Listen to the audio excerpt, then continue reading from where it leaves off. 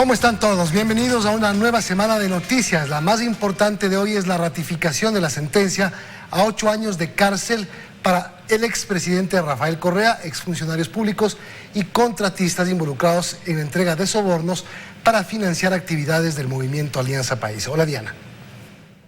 Hola, Milton, amigos, muy buenas noches. No obstante, la suspensión de derechos políticos bajó de 25 a 8 años para todos los sentenciados que tienen todavía el recurso de casación para apelar. Aquí empezamos.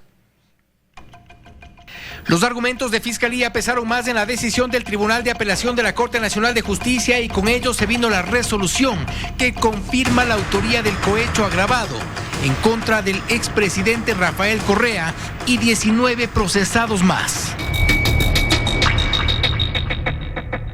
En lo medular, este Tribunal de Apelación ha confirmado la sentencia de primera instancia de los jueces Iván Saquicela, Iván León y Marco Rodríguez, quienes condenaron en abril pasado a la mayoría de los procesados, a 18 de ellos, a 8 años de prisión, al pago de una indemnización, a la pérdida de los derechos de participación, pedir disculpas públicas en la Plaza Grande y realizar un curso sobre ética laica de 300 horas.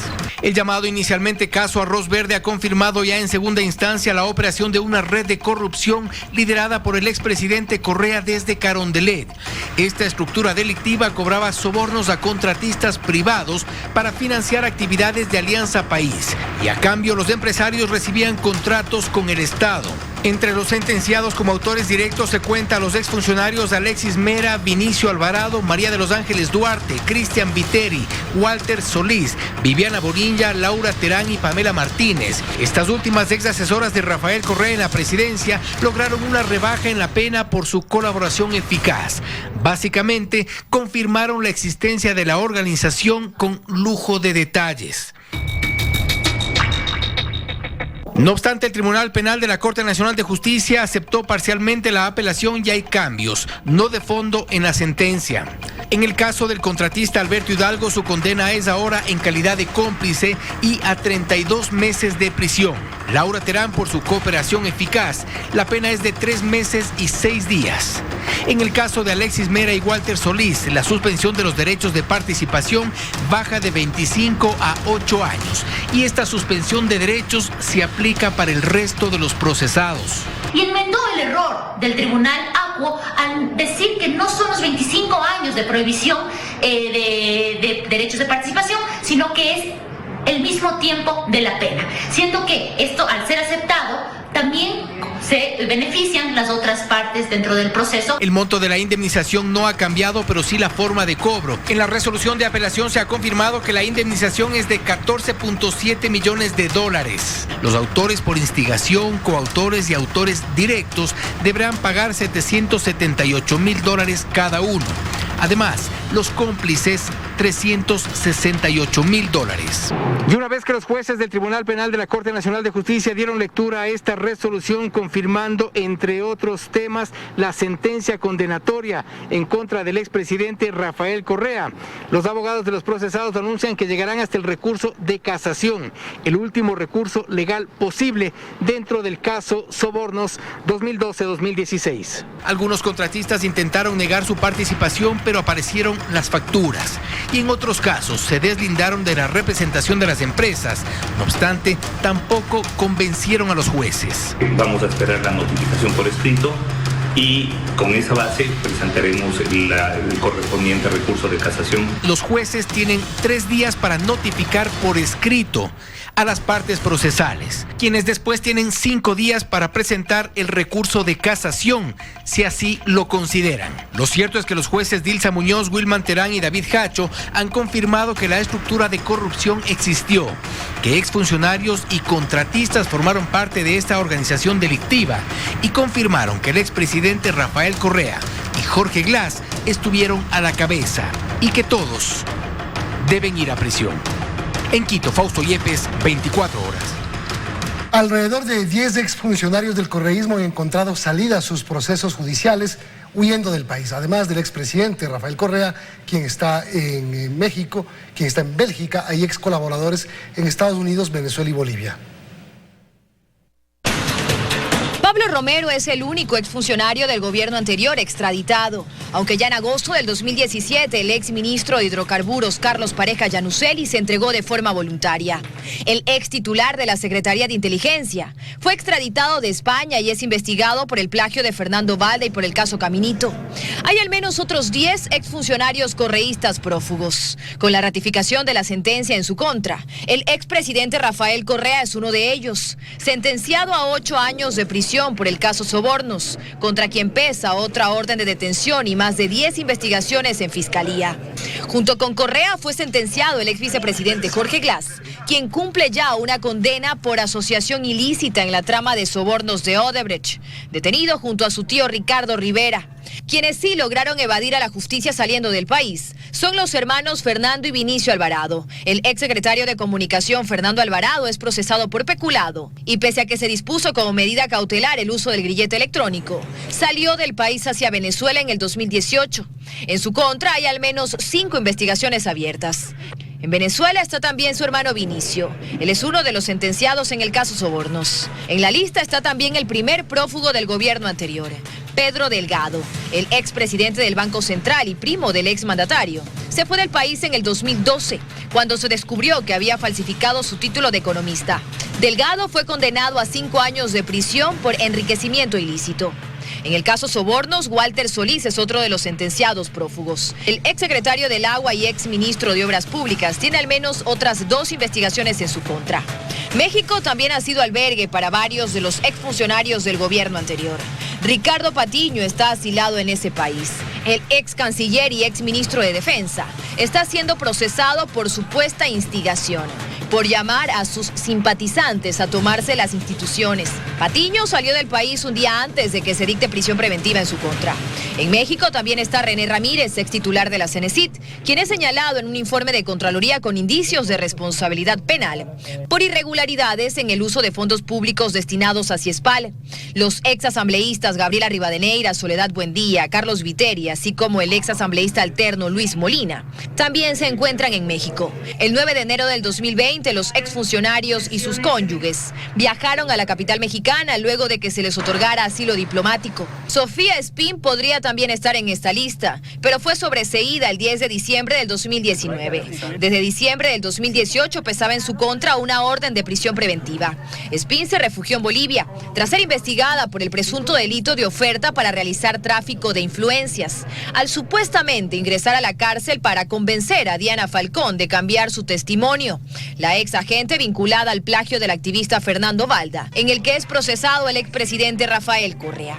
También hacia Bolivia huyó del país el ex superintendente de comunicación Carlos Ochoa, en donde se encuentra tras haber pedido asilo.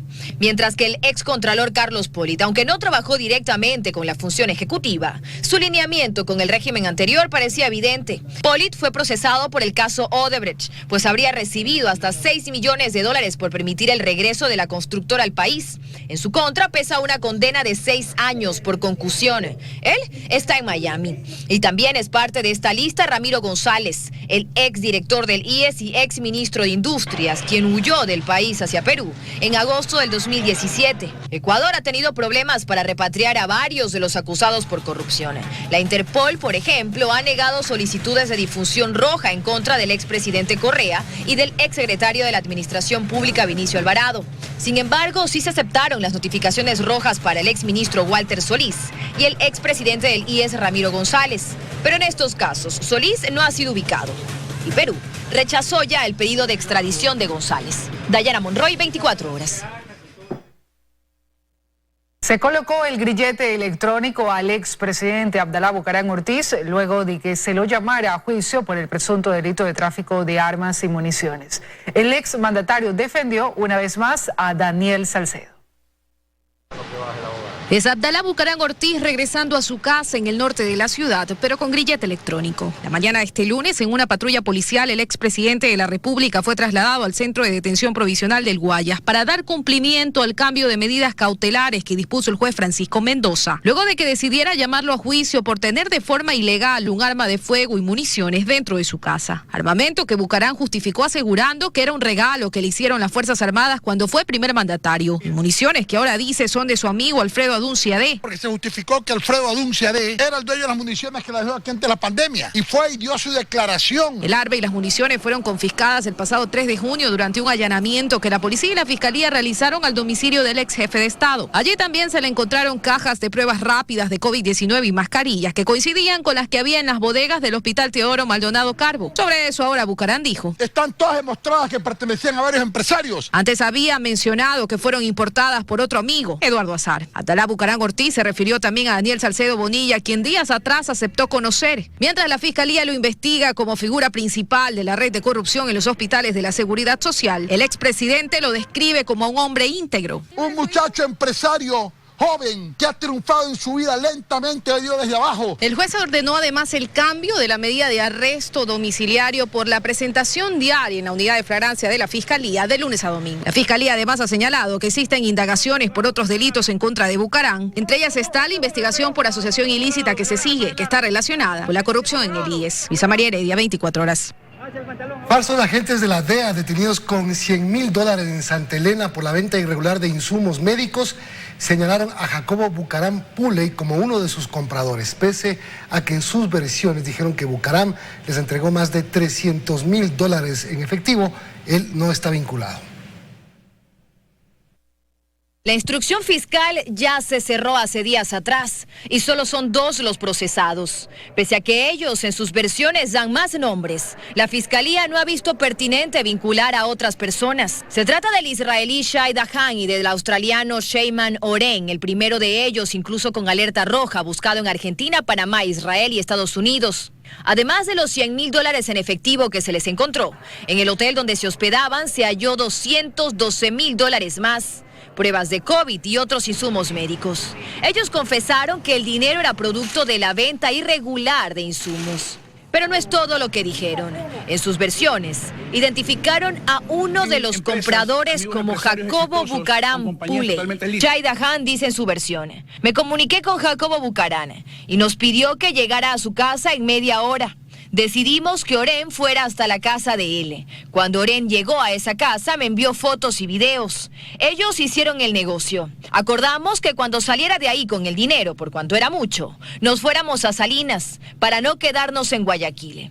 Lo que dice el otro detenido en su versión coincide y es aún más específico. Sostuvo: Jacobo Bucaram me comentó que había contado 21.440 cajas. Nosotros cerramos a $15 por paquete y él fue a buscar el dinero. La cantidad total era de $321.600. Trajo una maleta que estaba con mucho dinero y contamos $321.600. Fotografía el dinero dentro del cartón y se lo envía a Shai para que viera que ya habíamos recibido el dinero. En la misma diligencia con la venia del fiscal, el abogado le pregunta si desde su teléfono grabó y filmó un video en el momento en el que estaban haciendo la transacción con Jacobo Bucaram. Él dice que sí y que está dispuesto a dar la contraseña para que haya acceso. Pero según revisamos en el proceso, la fiscal Cecilia Peña Merino jamás pidió que se haga la pericia al teléfono donde habría un video. El celular está en custodia policial. En el proceso tampoco consta la versión de Jacobo Bucaram, pese a que el abogado de uno de los detenidos lo solicita. La fiscal lo llama a rendir versión un día antes de que cierre la instrucción y él no asistió. Esta supuesta compra de pruebas rápidas se habría dado el 19 de mayo en la casa de la familia Bucaram, según las versiones. En ese mismo lugar, el 3 de junio pasado, luego de allanamientos, se encontró pruebas de COVID que los miembros de la familia han asegurado que eran de propiedad de Eduardo Azar. Este proceso, que podría desmentir esta aseveración, está en una etapa definitiva, pues este jueves se realizará la audiencia de llamamiento a juicio, en este caso donde los investigados han mostrado su intención de revelar a quién pertenecía el dinero por el que se abrió este proceso. Sin embargo, esta investigación puede quedar solo en el juzgamiento de los extranjeros, pese a que en sus versiones los mencionados son más que solo 2. Dayana Monroy, 24 horas. Un médico especializado designado por Fiscalía deberá validar el informe médico sobre el estado de salud de Daniel Salcedo emitido por el Hospital Guayaquil. El documento dice que el procesado no puede recibir el alta aún porque será operado.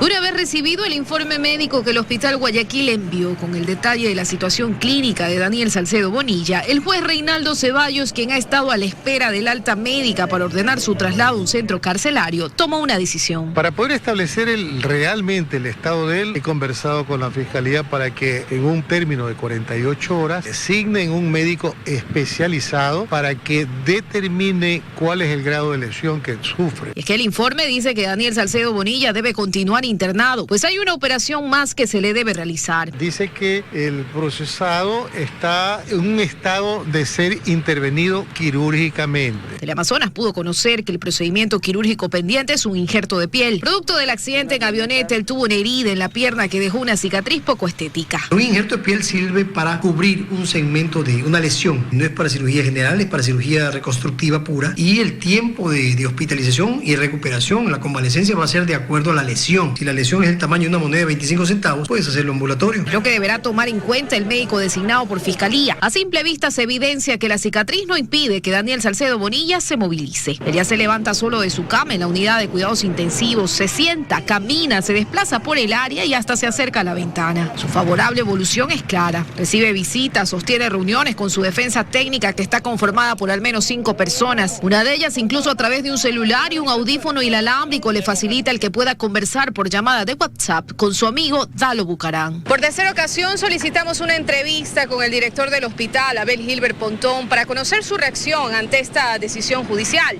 pero una vez más no fue negada. Vía mensaje de WhatsApp, el Departamento de Comunicación argumenta que sobre el estado de salud de Daniel Salcedo Bonilla no pueden hablar por haber un proceso judicial. Lo cierto es que de acuerdo con el juez Reinaldo Ceballos, resolver si Salcedo será o no trasladado a la cárcel 4 de Quito, como recuerda, él ya había dispuesto, es cuestión de días. La pericia es la que va a determinar si realmente necesita una intervención quirúrgica, que también lo pueden hacer en Quito, ¿no? Si el centro hospitalario está capacitado para eso, es decir, un hospital del mismo nivel o mejor, por supuesto que sí. Daniel Salcedo Bonilla lleva 40 días internado en la unidad de cuidados intensivos de este hospital. Por su estadía en esta casa de salud hay desplegado todo un contingente policial, 60 efectivos que deben dedicarse las 24 horas del día a brindarle seguridad a Daniel Salcedo Bonilla, en lugar de estar en las calles, protegiendo a la ciudadanía. Luisa María Heredia, 24 horas.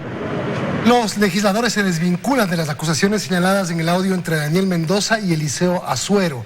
Niegan que hayan recibido dinero a cambio de votos y señalan que están dispuestos a que se los investigue. 5 nombres de legisladores de la bancada de Acción Democrática Independiente coinciden con los mencionados en el audio entre Azuero y Mendoza. Todos recibieron lo que es. Todos. En la transcripción se menciona el nombre de Freddy, que coincide con el del legislador Freddy Alarcón. Él rechaza la vinculación. Nunca he conversado, he tenido una conversación con Daniel Mendoza, nunca. También se nombra el apellido Tello como el legislador Raúl Tello, quien según el audio habría recibido supuestamente dinero. También lo niega. No encuentro ahí algún elemento que me pueda vincular a ese tipo de circunstancias. En el audio también se escucha el nombre de Franco. Se trataría del legislador Franco Romero, quien actualmente es el coordinador de la bancada. Me tiene sin cuidado. A mí me involucraron hace unas semanas en el tema del reparto de los hospitales. Mire usted, pasó eso, nadie ha demostrado. En esta conversación se hace referencia a Mechita, que podría coincidir con Mercedes Cuesta. También mencionan a Huasho, que sería Washington Paredes. E incluso se habla de César, que coincide con el nombre de César Litardo, presidente de la Asamblea. Intentamos tener una entrevista con ellos, pero no contestaron nuestro pedido. Ahora los asambleístas dicen están dispuestos a que Fiscalía y Contraloría los investigue. Para determinar quién o quiénes de ellos han observado un incremento injustificado de su patrimonio. Este audio, que aún está en investigación, habría sido grabado a mediados de mayo. En Quito, Andrea Samaniego, 24 horas. El COE Nacional posterga la habilitación de las playas del país para el miércoles 5 de agosto. La decisión se adoptó este lunes tras analizar la falta de colaboración de los ciudadanos. El sector turístico lamenta esta decisión. Quienes esperaban con ansias la habilitación de las playas del país deberán esperar al menos 15 días más de la fecha tentativa del 22 de julio, que se había anunciado hace un mes por parte de las autoridades del COE Nacional. Y sobre la data técnica, el COE Nacional ha dispuesto el día de hoy, obviamente que la fecha del 22 de julio se traslada a la apertura de playas hacia el 5 de agosto. El antecedente que les hizo pensar detenidamente a los miembros del COE fue la inusitada visita de turistas a la playa de Crucita en la provincia de Manabí hace 3 semanas aproximadamente. Además, las autoridades locales sostienen que aún no están preparados para la reapertura. Al solo anuncio de que abrían el 22, Crucita la semana pasada fue un disparate. En el momento que abra playas, nosotros vamos a abrir solo un 30% del ingreso a nuestra playa. El COE Nacional analizó este y otros temas y pese a tener lista la fase 2 de la plataforma tecnológica Distanciados, la videovigilancia, el perifoneo y la vigilancia aérea con drones, sostiene que en 15 días más se podrán ajustar algunos aspectos logísticos y de protocolos. Se lo estará anunciando con la señora presidenta del COE. Ella indicará exactamente cuáles van a ser las playas, los horarios, los protocolos. Los representantes del sector turístico del país lamentan esta decisión que ya se veía venir, pues sostienen que varios hoteles, restaurantes y demás negocios turísticos vinculados a las playas ya tomaron decisiones con miras al 22 de julio. Ya era algo que ya estaba hecho y que no había que tocarlo. Pero si ya ahorita me dices, cuando ya estamos casi a pocos días del 22, me digas, oye, todavía no voy a abrir, cuando ya hay gente que se ha preparado, hay gente que ha comprado, hay gente que ha hecho gastos. En todo caso, la decisión está tomada. Las playas se habilitarán la primera semana del próximo mes, el 5 de agosto. En Quito, Freddy Paredes, 24 horas. El Cantón Mejía es el primero de la provincia de Pichincha en regresar a semáforo rojo. Las medidas de restricción empezaron a aplicarse desde hoy. Belén Merizalde está en Machachi, cabecera cantonal de Mejía, y nos tiene detalles de esta decisión a esta hora. Hola, Belén.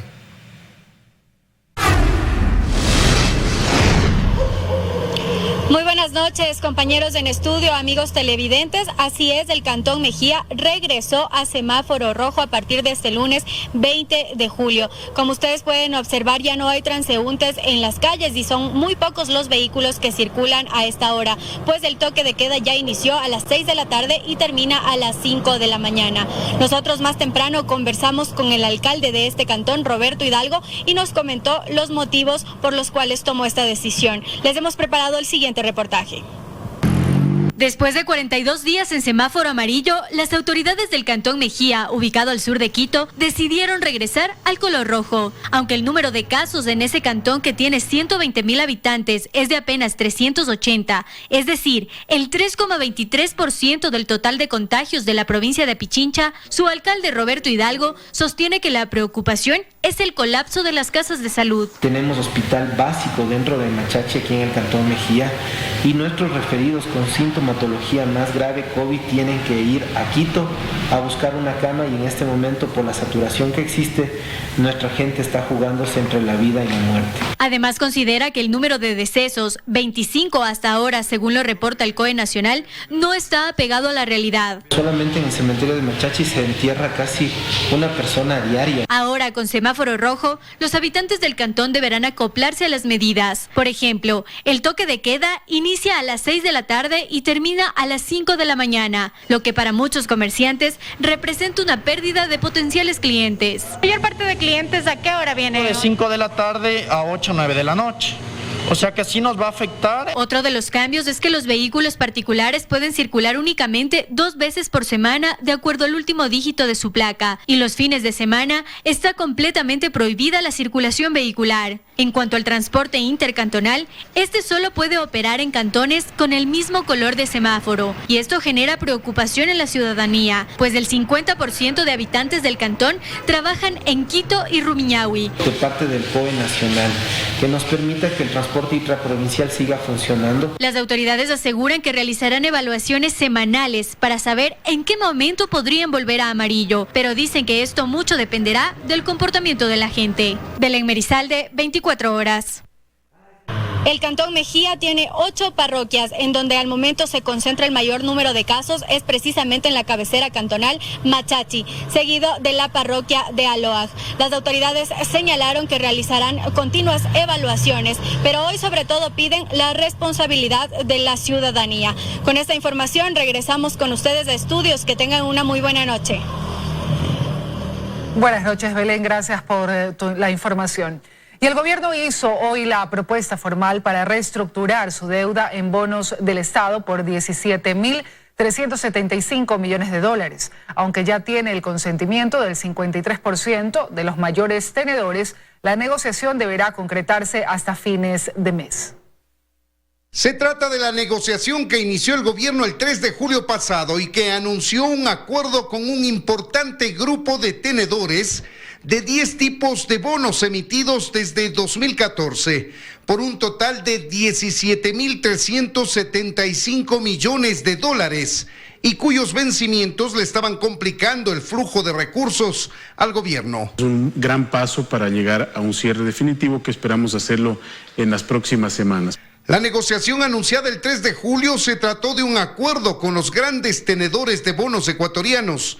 Ahora la propuesta es para conseguir un acuerdo con los pequeños tenedores de bonos y reestructurar la totalidad de la deuda. Y en forma conjunta, el 66% para los 9 bonos diferentes al bono 2024, que necesita un 75% de aceptación, porque así fue lanzado cuando se lo colocó hace algún tiempo atrás. Así las cosas, el gobierno busca en 11 días conseguir la aceptación del 22% de tenedores de bonos adicionales para reestructurar la totalidad de su deuda en 10 tipos de bonos. Tratan de cambiar 10 bonos antiguos por estos 3 bonos nuevos y un bono sin intereses para pagar los intereses vencidos, que suman aproximadamente 1.060 millones de dólares. La reestructuración de la deuda planteada por el gobierno consiste en reducir en 1.500 millones de dólares el volumen de la deuda en bonos,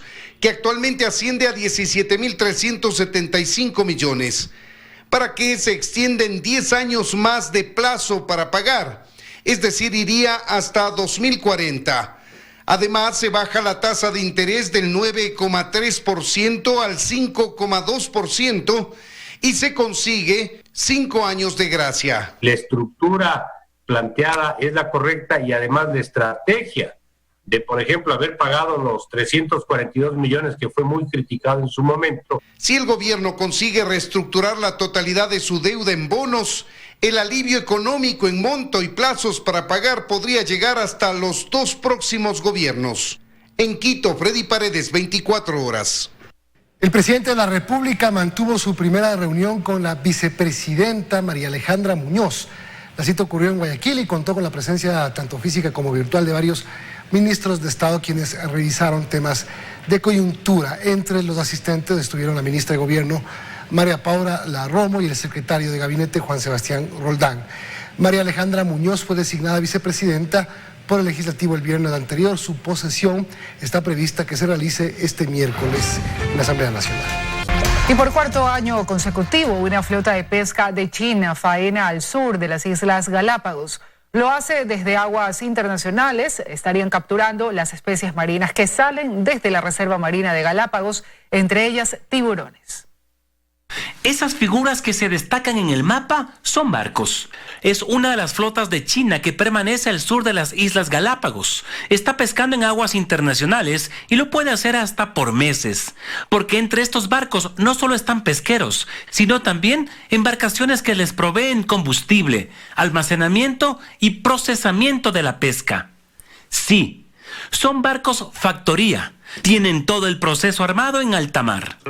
Como le explica Eliezer Cruz, gerente para América Latina de Island Conservation, la biodiversidad marina que sale de la zona protegida de Galápagos es capturada por los pescadores industriales.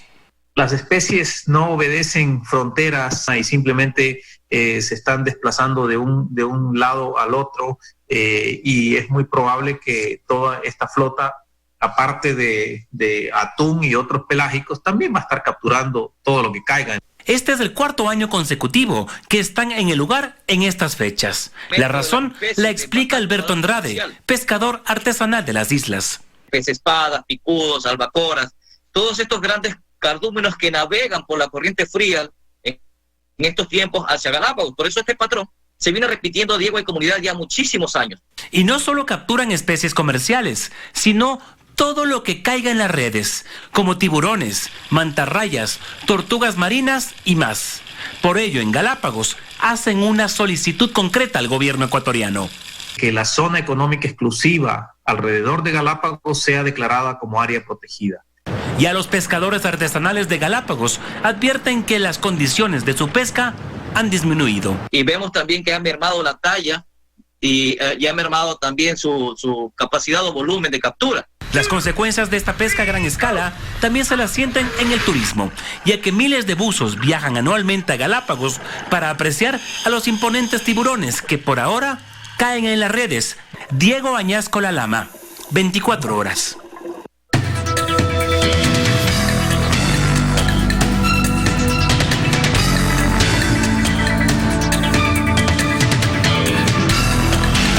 Por tu salud. Hola amigos, bienvenidos nuevamente a su programa Por tu Salud.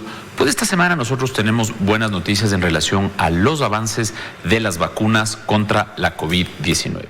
Existen más de 150 vacunas que están luchando por comprobar la seguridad y la eficacia de las vacunas en contra de este virus, el SARS-CoV-2. Sin embargo, pues esta semana tenemos que la vacuna de Oxford ha publicado los resultados sobre los avances de sus estudios de fase 2 y fase 3 en relación a la vacuna que ellos han diseñado.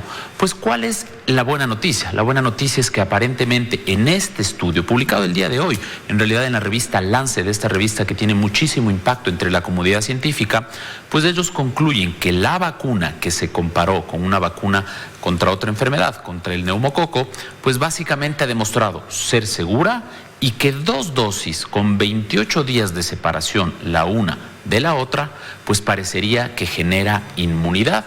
Y esto pues se lo puede tomar como una buena noticia. Nosotros esperamos que los estudios de fase 3 sigan avanzando, sigan reclutando mayor cantidad de gente y obviamente esto pueda aumentar la cantidad de datos que nos permitan comprobar pues que la vacuna funciona.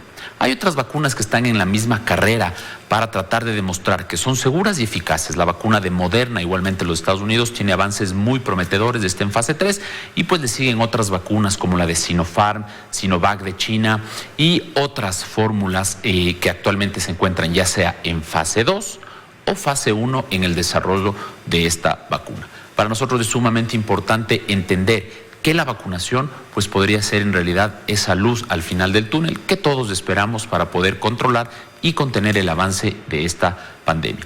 Pues igualmente nosotros recalcamos que lo más importante hasta tener la vacuna es lavarnos las manos, mantener la distancia física y obviamente el uso de la mascarilla. Este triángulo de seguridad es el que me protege a mí y a las personas que están al otro lado. Les invito a que nos sigan en el siguiente programa de Por tu Salud.